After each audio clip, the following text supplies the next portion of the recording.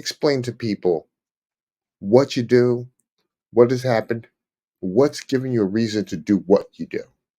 How much time do you have? No, I'm kidding.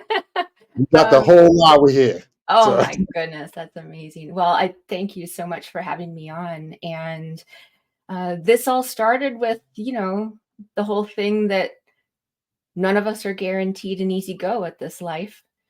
And mine happened to start a little bit earlier, the hard times in life. I was 15 when I had a lot of chronic illness plaguing me. And at 15 was diagnosed with kidney failure and had my first of two kidney transplants. And that sort of set my perspective on life, I believe, even though I was a teenager and thought I'm invincible. So fix me and I'll go on with life and it'll be fine. But that sort of set my perspective on life and gratitude. And I've moved forward with that since then. And I am so grateful to be able to share my experience and my training and even some of those other hard parts in life that came later on for me in order to support and guide others, caregivers, patients who are feeling the weight of the world on their shoulders as they're caring for themselves and or loved ones. So that's what I do as a coach. I like to focus on prosilience coaching or proactive resilience coaching. So bringing your resilience up to a benchmark that supports you and then helping you prepare for future challenges. you know what? Talk about the Prosilience method and how that actually came into play in your life and you know what it does for people. Sure. Well, I started general life coaching about 7 years ago. I came out of a 16-year marketing career and was loving general life coaching and shared my story with clients or organizations, or if I was doing speeches and people would always ask me, how are you so resilient? And I didn't know. I was like, I guess I didn't think I had a choice, and or it's just something that I do. But I started to research more. Compassion fatigue, compassion resilience, resilience. How does mindfulness play into all of those things? And I ran across a framework by an industrial organizational psychologist named Linda Hoops. She wrote a book called Prosilience based around this framework. So it's that proactive resilience piece. And I wanted to adapt it for supporting caregivers and patients. So the Prosilience framework takes into consideration resilience as being able to maintain high levels of effectiveness and well-being while dealing with high levels of challenge and disruption. And there are some core thoughts and key concepts that go along with that, like maybe resiliencing is more like a verb than something that we're all having to build, right? I mean, we all work on it, but we're all born with it and we can build it as we walk through life. And she uses this wonderful 4 building blocks of resilience to help us all feel empowered facing challenges. So that's really one reason why I love the name of your concept and your show, Grief Empowerment Theory, because it has that empowerment piece. So even though we weren't handed something easy, right? This is a challenge. Grieving is a challenge. We can at least have some sort of structure around it to help us feel like we have a little bit more control in situations where we really don't have tons of control. Well, you know what's interesting, Jen? It's not that we don't have control. It's that we have a difficult time understanding the level of Mm, control that we have. true. The reality is what we go through is a lot. Mhm. We are placed in very challenging situations, but the reality is life is challenging. Yes. And everything that we go through in life is that challenge, but a big part of that challenge is designed to grow us. Yes. Everything that we go through. Allow me to ask you this. Yes. When you work with your clients, how do you help them to shift their mind frame? Because again, we look at pain as the ultimate and we want to run from it. So how do Yes. you get them to be resilient and confront it? Well, I was so honored to receive this feedback from a client a few months ago who said that she reached out to me because I have a keen insight into the preciousness of life.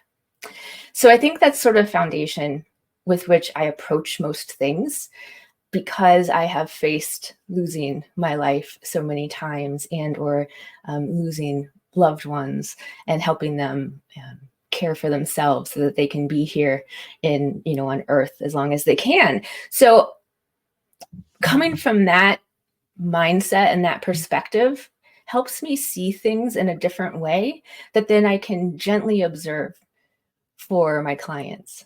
And a lot of times, with coaching, it's those powerful questions that can help put a new lens on how we're seeing things. That is true. It is all about how you frame Mm. the circumstance, how you frame the way you question or speak to your client. Mhm. I remember when I first got into this. See, I'm a very direct person, Yeah, and I learned that being direct is not going to help you as a coach, you know. it's true. But then I also had to understand that when you're doing what you do with clients, you have to learn empathy. You have to Mhm. learn compassion. What, in addition to your personal circumstances, when you talk with your clients, when you talk with people, the ones that say, "I can't do this. There's no way. Yeah. You are a miracle." What do you say to them? To I you like know, started blushing immediately when you said. uh, yeah, I apologize. I totally interrupted you there, but I think no, I no, know where that's you were going. okay. So no, it's I feel very humbled when people say that, and I'm honored that I'm able to stand here in a role to be a guiding light, no matter how kind of weird that feels to say. I usually, of course, acknowledge where everyone is. It's important for me to meet the people that I work with where they're at. And there's not always a fast track out of that gap that you're experiencing. So I use my empathy, my compassion, my life experience, my training to create a welcoming, non judgmental, loving space where you can process and experience and explore all of those things that you're feeling. Because I always say, how human of you.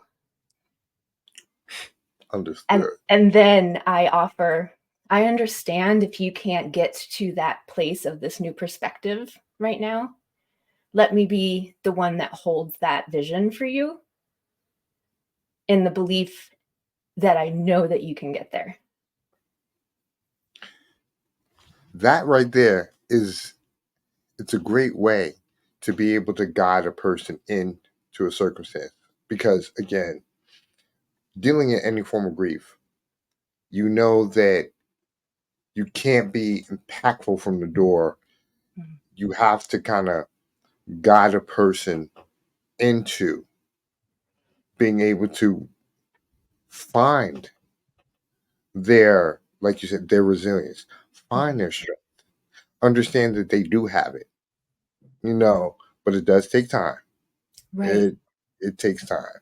And that whole idea of healing.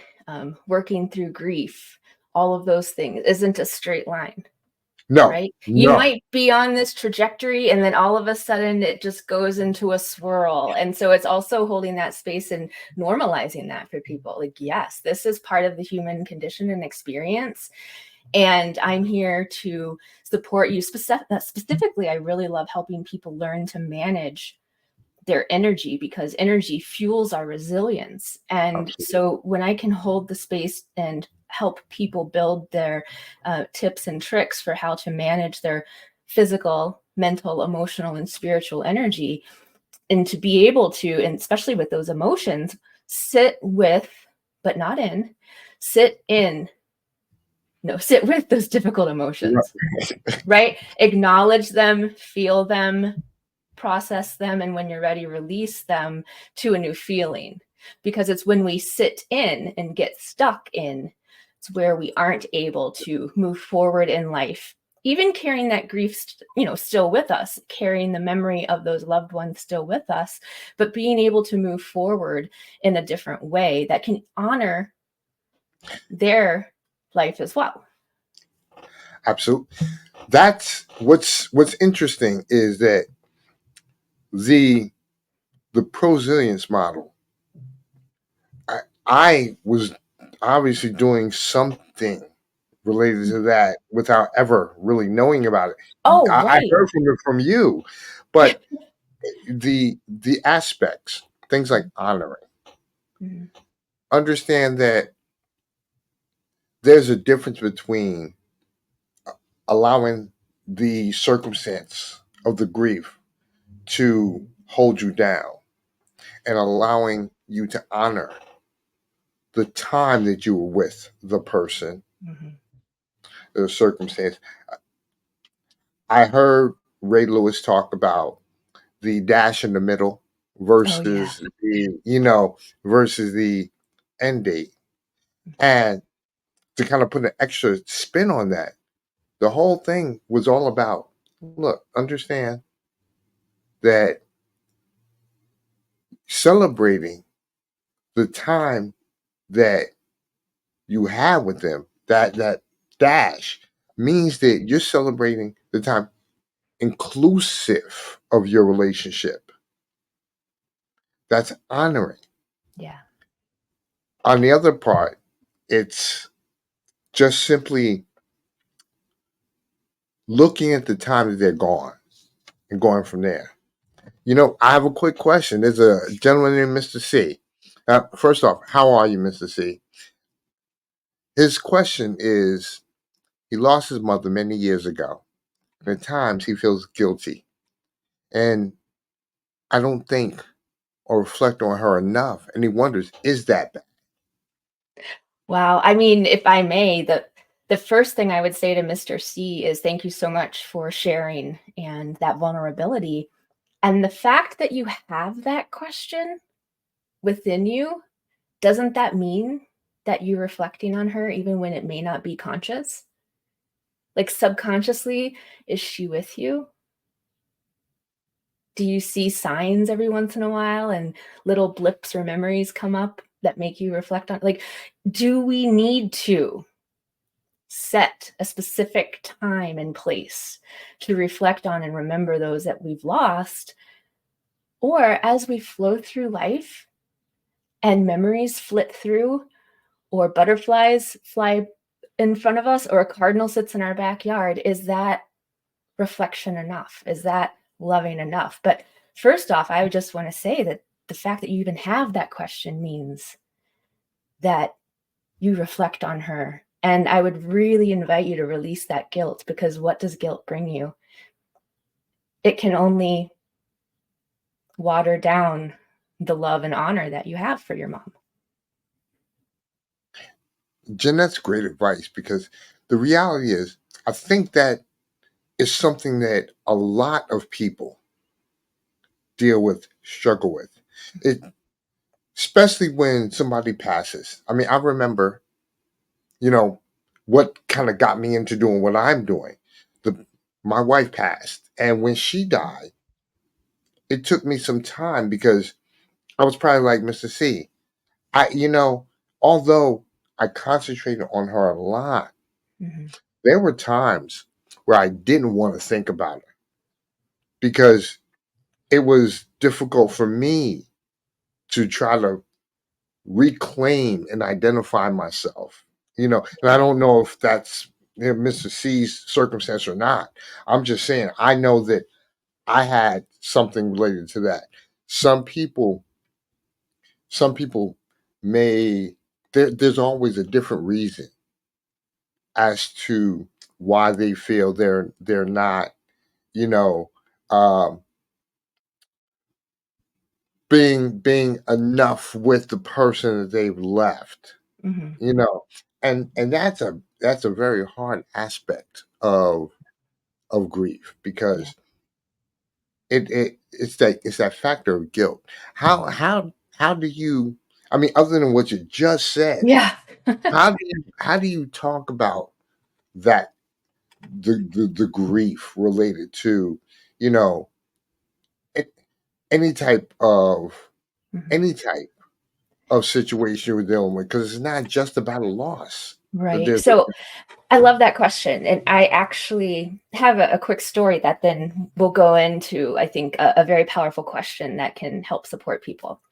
So, beyond my health issues, I also have a beautiful adopted daughter. Brought her home when she was 5 weeks old.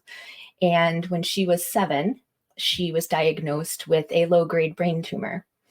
Now she's 15. We've been managing it very well for the past 8 years. There are those things that come about that you don't expect.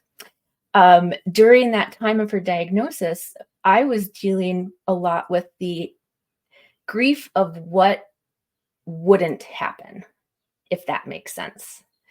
And also the grief of just the diagnosis and not knowing what was going to happen. One of my first questions to the neurosurgeon was, they would share all of the risks and benefits of the initial treatment. My question was always, are we going to take her home with us? And he said yes. I said, great. So I'm taking myself back to that week of diagnosis. She was 2 brain surgeries in for the week, and we were waiting for like biopsy results and those types of things. And I am very comfortable in the hospital setting. I'm very weird in that respect. But at this one moment, which is completely normal, everything started to feel like this inside of me. Everything that I had been able to manage and be in the survival mode had calmed enough where all of the other emotions and thoughts and grief of what wasn't going to happen or might not happen, that anticipatory grief, anxiety of future treatments, all started bubbling up inside of me. And I would have lost it in the room. That's fine, because we need to feel all of the feelings. But that her care team was there, I had family there, she was there, my husband was there. So I was bracing myself to feel, and all of a sudden a calm came over me. The room felt calm, and a voice outside of me asked, who do you want to be for her? Do you want to be sterility and cold and fear and the hospital room and anxiety and a manifestation of the grief? Or do you want to be love and compassion and reminders of home and humor and joy and the glimmers that we can experience even in this difficult time? So I chose the latter. I think I said that right. Yeah. So the love aspect. And that question that came to me from somewhere has guided my journey the last 8 years. And I share that with all of the people that I work with. Who do you want to be for the person that you're, helping heal, or the person that you're missing? And who do you want to be for yourself in that experience? And that is an important question you're asking yourself. And what's interesting is the revelation that a person gets. You know, it's so funny that you say that, the voice. Yeah. Let me say, I hate getting into me when I'm doing the interview, but I have to get into me because Yeah. I heard a voice. To the point where I thought I was going crazy. you know? Right? Yeah. I've heard it a couple times. Right, right. But you know what? I've actually I've researched that phenomenon. Not, and not on a religious plane or anything of that nature. Mhm, mhm. Um, Although it does have, there are connotations to it. Sure. But what's interesting is that there's something in the universe, whatever you want to call it, Mhm, that will guide you. It's gonna give you a route mhm. based on understanding of you asking yourself a question. Right. What do you want? What do you truly want? And it's like, now you don't have time to stray the fence. Mhm. It's, hey, there's a fork in the road. Are you going left or are you Which going one right? so I love that, right? And I do work as an intuitive coach as well. I do believe that, we all have a direct connection to something outside of ourselves, something full of meaning and purpose, be it God, be it the universe, be it universal consciousness, whatever makes sense to you. And being able to quiet myself enough to allow that information and that guidance to come in, I think is one reason that I'm able to, even in the face of challenge, find the glimmers, find my way forward. I'm not saying I Pollyanna it all the time, right? I'm not always happy. That is the way life is a choice, and that is the choice I make.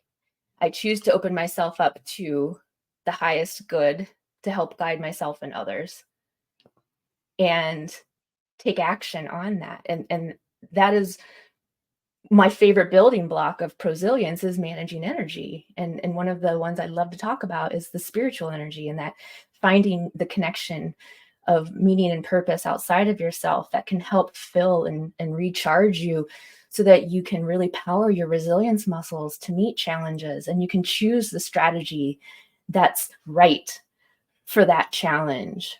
And you can learn to calm yourself and regulate your central nervous system so that you can truly be in wise mind and not reactive mind if you're not facing an immediate danger right in front of you. Understandable. Yeah, you have transferred from, you said you had a 16-year marketing career, Mhm. and you have become a keynote speaker, you know, a panelist, I mean, motivational speaker. You've done some amazing things, segueing from one world to another. How easy was it to actually make that kind of change? And Oh. what did you do when you finally made that decision? Well, again, it was like a voice. Well, so my training originally, I have a theater degree. Okay. So I have a theater and public relations degree. So the people ask me, "Oh, you've been doing these podcasts or you go be on panels, like, aren't you nervous?" I'm like, "No, I love it. It's so easy." Like I jump on and it's just I share. I love especially the way that you run your show is just the conversational aspect of it. And it's just two humans connecting, or it's me connecting with other humans in the audience, or in a group facilitation or whatever. So I mean, it really is sort of I trusted in the unfolding. You know what? First off, I want to thank you for that, because it's funny. I got a public relations degree as well, Mhm. and it's very interesting because I'll never forget. My mom was like, "You got a degree in that?" And What are I you was gonna do like, with it? "Right, right. Like, what are you gonna do with it?" Yeah. But I mean, it's not just that. It's very interesting how you've taken the circumstance that you dealt with, the challenge, Mhm, and like you said, taking a very resilient approach, taking an approach that's saying that I'm going to find a way mhm, to manage through the challenge, and not only manage through it, I'm going to use it. to my advantage. Mhm. That's, again, another reason why I was so happy to have a person like you on the show, because that's what this show's concept is about. So Right. explain how you've been able to find a way to use your challenge to your advantage and turn it into a fuel. Right. That is a great reflection question. I kind of just take the next step each time. So moving out of my marketing career, I mean, I it was awesome. I worked at Harley Davidson motorcycles. Like I went and did events for them. I was at Sturgis. I was at National Bikers Roundup. I loved it. I worked and doing events in Times Square. So it was always very interactive. I always loved conversing with people. Um, when my daughter was diagnosed, it was about the same time that the organization was going through another round of layoffs. And I remember getting the notice that it's possible I would be in that round of layoffs. And something reminded me of someone in high school saying something like, "Oh, you'd be a great life coach." Now, mind you, I graduated high school in 1995. So I don't know how many life coaches there were. I had never heard of it. I don't know how my friend had heard of it. But anyway, that's always kind of been in the back of my head. After my daughter's diagnosis, it was very difficult for me to find a way to manage my anxiety about the situation.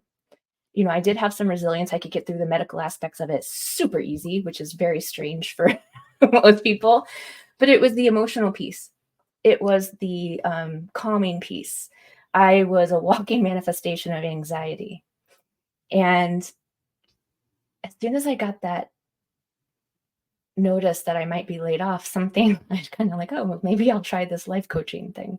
So I reached out to a past coworker who was in the coaching industry, had a coffee with her, and 3 months later, I was enrolled in life coach certification as well as a mindfulness based stress reduction 8-week course for me. So I was doing it for my career, right? The life coach certification. I was doing it for me. I had I no under- idea. I understand that. Now I understand you actually, speaking of those aspects. I You have a method to be able to have people reach out to you, and you help them calm themselves. I Mhm, mean, you do it on Instagram and you do it on Facebook. mhm. Um, Talk about that a little bit, please. Sure. Well, I mean, it's super simple. Like we all pretty much like to scroll, and sometimes we get into that endless scrolling piece, but also sometimes we're doing that because it's helping us manage feelings of anxiety or loneliness or feeling churned up inside and not knowing where to go next or what to do. And so we sit and we scroll. So I invite you the next time you're on Instagram or you're on Facebook or even LinkedIn and you're feeling that and you know that you'd like to experience something in a different way, go ahead and message me. Just message me the word calm, and I will share some surefire ways to help you bring yourself back into that calm so that you can be in your wise mind. You can be regulated in your central nervous system and your emotions so that you can make the decision that's the next right one for you to take a step forward or to accept yourself exactly where you're at and to appreciate who you are and where you're at. So, really, the importance of being able to recognize our triggers and then be able to self regulate our central nervous systems is the first step to being able to make those best choices for us as we go through some very difficult, challenging life experiences. You know, that's interesting because it's the grief, the emotions of grief. They're a monster, Oh my God. and Yeah. they will attack every aspect. Especially, it will take you out of your how do you gain when it comes to your self-esteem, your self-confidence, Mhm. and Motivation, right? motivation. Self-motivate. It it it puts anxiety on a high it's very funny, and this is just a side note. Yeah. Just recently, me and my daughter for Father's Day took me to go see Inside Out Part 2. Oh my gosh, I'm And driving my daughter to the movies to see that today too. and let me tell you something, it's great. Mm, It's great, but I'm not gonna give you spoilers, sure. but again, there is a character called Anxiety, Mhm. and you're gonna learn since you're going today, you're gonna learn a lot about her. But Yeah. it's very interesting because learning to take a calm approach in the middle of chaos. Mhm. What a lot of people don't realize is that you now adapt a whole new level of strength when you do that. Mhm. You know, I know that the world around us doesn't it wants us to stay in victim mode. Yes.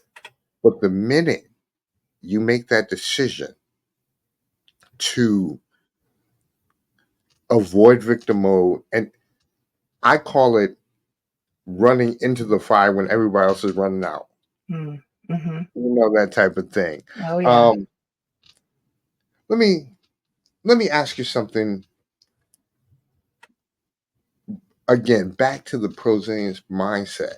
Yeah.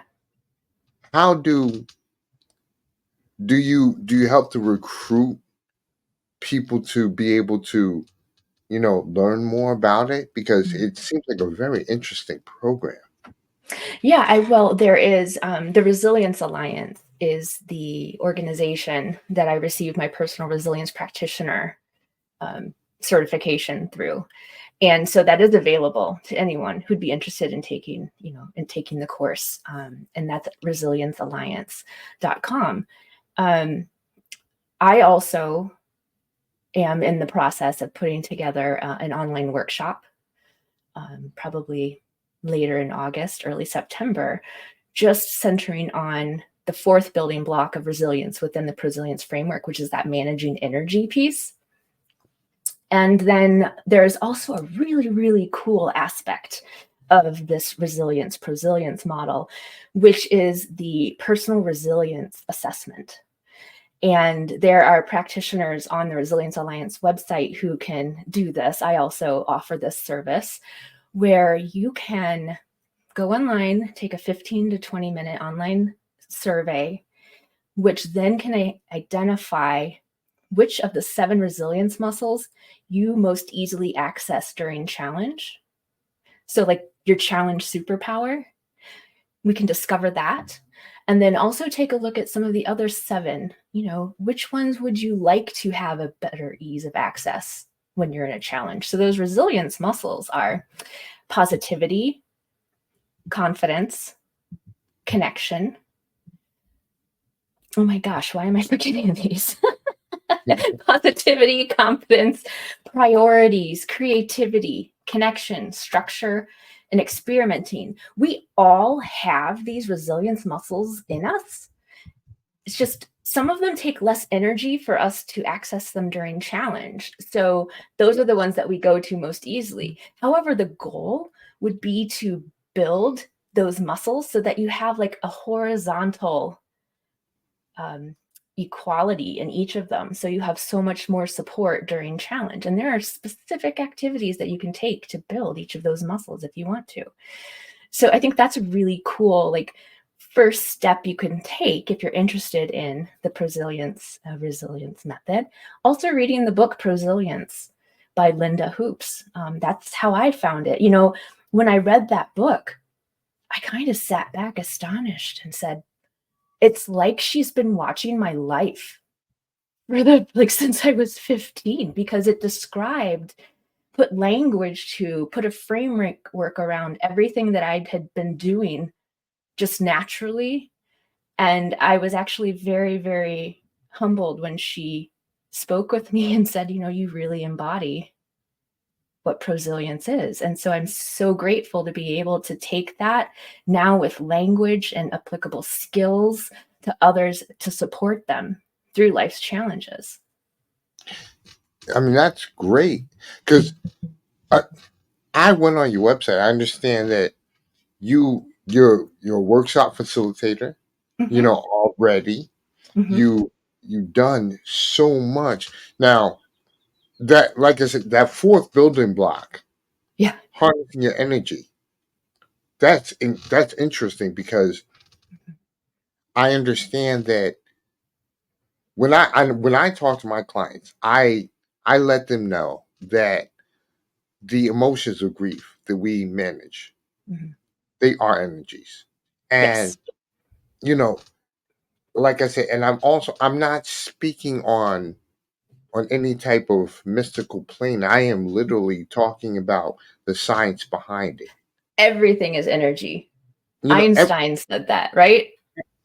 and it's so interesting because I use in physics, I use the concept of um, energy Hmm. never dying. Right. The conservation of energy concept. Hmm. It simply states that energy can't die or be created, but it can Simply be transforms. right. It can be manipulated. Yeah.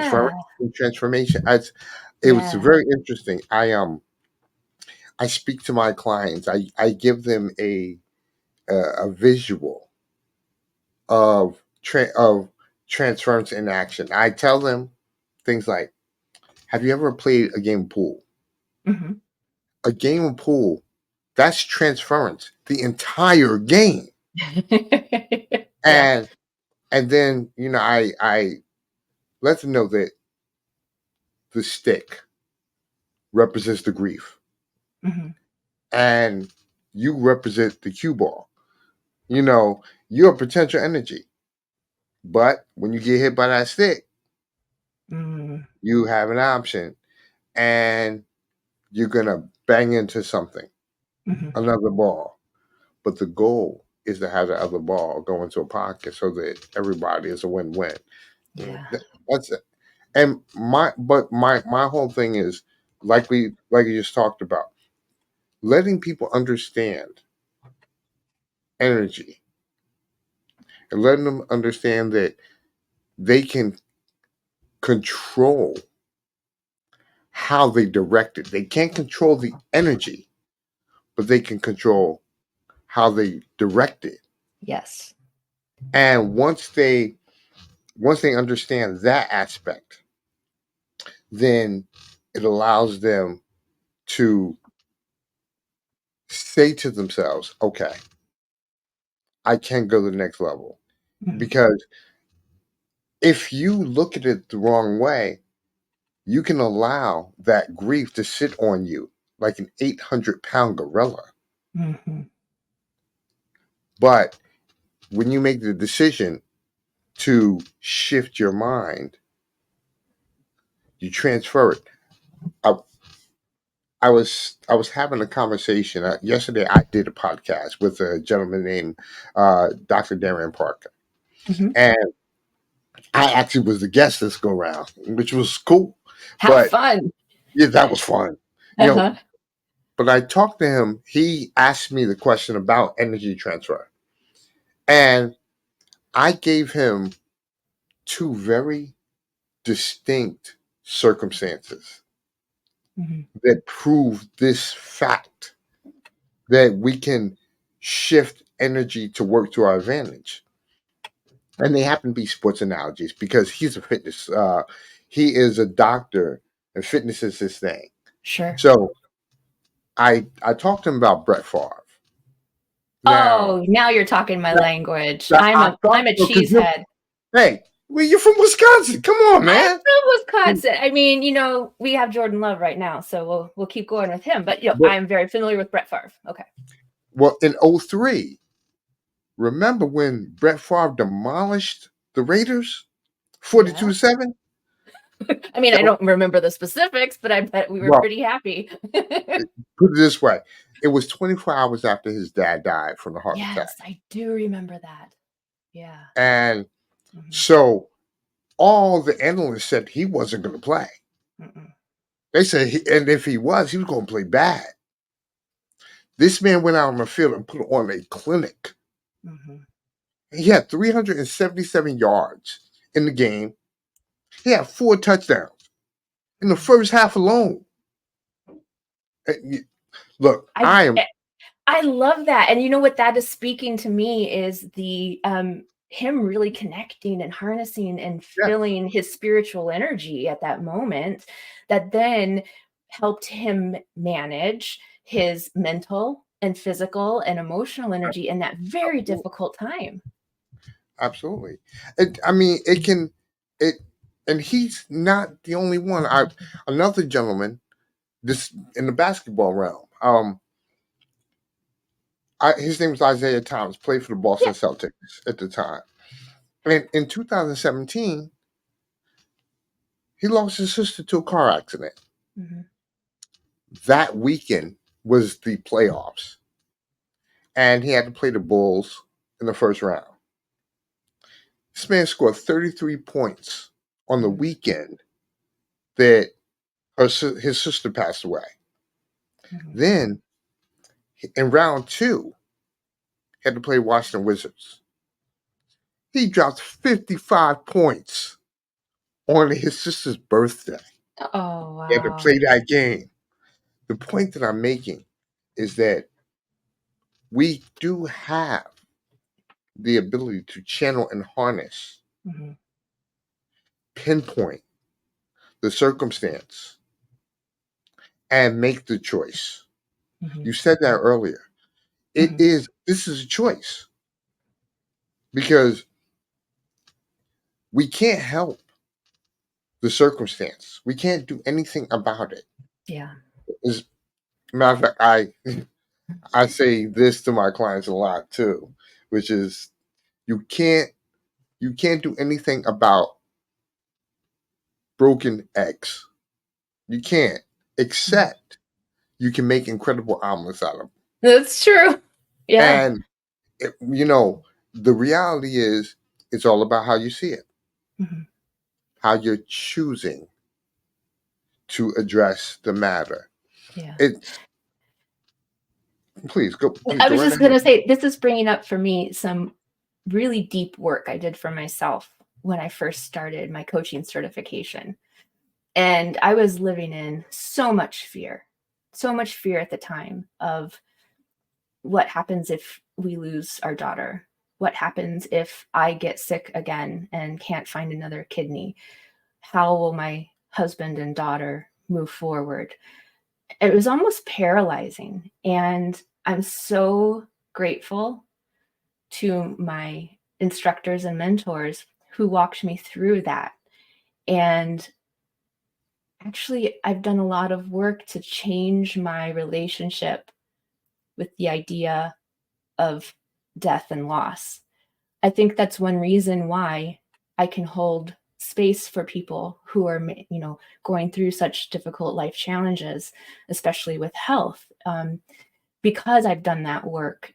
And it has to do with energy, and everything is energy. And so, I don't like play it over and over, but I think through like what happens if I lose someone very close to me here in the physical realm?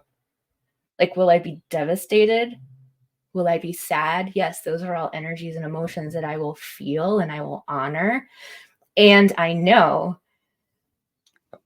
deep in my gut that everything is energy. And so that energy will be with me and around me, maybe not in a sense that I can like touch and hold, but I can experience. And so that's one reason I think I can do some of this very difficult work with people, is because I've done that work for myself. And I'm not expecting or asking everyone to do that work, but I wanted to do that work so I could be that space of hope in dark times and help bring light when people are in storms. because I do have this great connection to hope and honoring people, and it's kind of thoughts out here that I'm trying to explain, but it's just a deep feeling and knowing that I have. And what's interesting is that it's understandable to be like, okay, this is that type of thing now, but no, it is so on point because it's back to we were just talking about this a little while ago. Honoring, Mhm, honoring the person. If I mean, if it can be anything. Hey, mhm. the job that lets you go, you Yep. can honor it by simply saying, "Look what you did. You had this great job at Harley Davidson, Mhm. and something happened, and you were let go." It reminds me. I tell my clients about this story all the time. There was a gentleman who worked for an investment company called Solomon Brothers for 12 years. 12 years, 15-hour days, Whew. doing his thing. But he loved what he did, Mhm. but they decided to let him go. They fired him, gave him a severance package, told him to go on his way. That man is now worth $96 billion, and his name happens to be Michael Bloomberg. Ooh, I know See, that name. and what's right, what's interesting about that is that if he had never been fired from Solomon Brothers, Mhm. the Bloomberg empire would never have manifested. Yeah. The point I'm making is honoring the circumstance Mhm. doesn't mean you have to like what happened, but it does mean that you can respect that the time that you had, you learned some valuable things working with Harley Davidson. Oh, yeah. They have allowed you to be able to grow your career to do what you're doing now. Mhm. Life is And so serendipitous if we choose to yes, see it that way. yes, It yes. happened with my first job too. I was laid off. Um, so we adopted our daughter in the state, and I spoke with the adoption agency on a Thursday to make the appointment to meet her birth parents the next Tuesday. Friday, I get called into this event marketing agency, the president, and was laid off. And Tuesday we went and met the birth parents, and a month and a half later brought our daughter home, and I had 9 months at home with her until I started my career at Harley. See, you see, See, it's like like doom, da doom, da doom, da doom. things happen. I mean, it's interesting. Jen, I could be on with you all day. I agree. You know, I mean, you have this incredible energy about you. Thank you. You have a great outlook. And like I said, you've been able to successfully take that broken egg and make an incredible omelet out of it. You know, it's it's it's great to know that there are people like yourself who are out fighting the good fight Mm, against all the negativity out here because we do live in a world that there is a lot of negativity. mhm, There are a lot of challenges, forcing people to believe that they're not as awesome and as wonderful as they are. mhm. So I thank you again for doing that because, uh, you know what? Again, another comment from our friend Mr. C. He said, "Thank you both. Excellent show, and it'll definitely be following a lot more for the content." I thank you, man. I Thank you, do Mr. thank you C. because I look. I'm new at this, and I'm gonna say, I'm being serious. I'm very blessed to have people like Jen who want to come on the show, tell their stories, and want to use it as a vehicle that's going to allow them to be able to help as many people as possible. So again, thank you, Jen. Let me ask you, what do you have going on in the future? What's the next big thing for Jen? Well, the next big thing for me is working toward inviting people into this one-time managing or powering up your personal energy workshop. So that will be going on my website here in the next couple of weeks.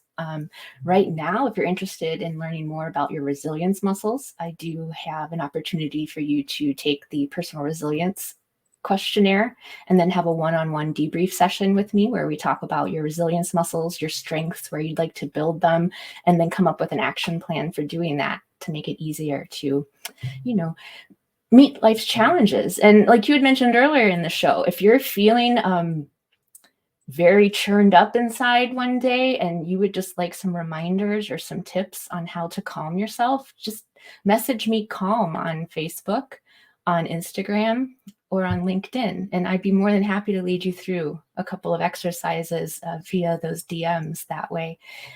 I just really, really want to thank you for creating such a wonderful, welcoming space. Your energy also is healing. And I wanted to acknowledge you for that. And I just want to leave people with this thought. You don't have to wait until things are better to live better. So let's You find know, your way in doing that. that is an incredible thought, and a great way to end this show. Ladies and gentlemen, again, I just want to say thank you all for coming on to the show today. Jen, especially thank you.